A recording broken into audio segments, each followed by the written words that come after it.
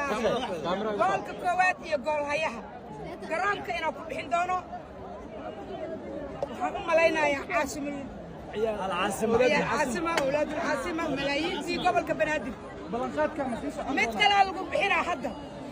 hoteelka dhexdiisa lagu sii dhiibo waa dacaawo mar walba ay dheelaan